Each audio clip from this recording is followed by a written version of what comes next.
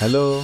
অভিনব গুপ্ত মুন্সিজিকে খুব ভালো করেই চিনতেন। তিনি সঙ্গে সঙ্গে সব কাজ ফেলে কেবিন থেকে দৌড়ে বেরিয়ে এলেন। দেখুন, আমি আপনাদের শেষবারের মতো সতর্ক করছি। মিস শালিনী, অতিথিদের সঙ্গে এভাবে কথা বলা হয়? Sorry sir. চুপ! তুমি কি জানো এই অসভ্যতার জন্য তোমাকে এই কোম্পানি থেকে বরখাস্ত করা যেতে পারে?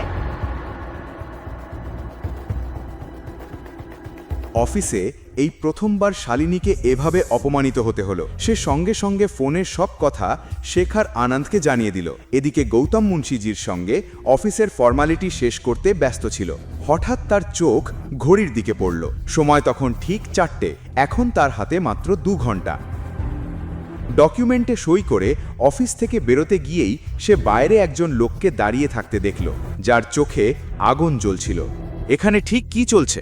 আর অভিনব, তুমি কিভাবে নিজেকে চেয়ারম্যান বলতে শুরু করলে আর শালিনীকে চাকরি থেকে বের করে দিলে? তোমার এত সাহস কোথা থেকে এলো? কথা বলো। এই ক্ষমতা আমি মিস্টার অভিনবকে দিয়েছি। আজ থেকে তিনি এই কোম্পানির চেয়ারম্যান। বুঝলাম, কিন্তু আমি জানতে চাই আপনি কে, আর জোর করে এই কোম্পানিকে ঢুকলেন কিভাবে? মুন্সি কামাল স্বরূপ। নামটা শোনা মাত্রই শেখর আনন্দের পায়ের নিচের মাটি সরে গেল।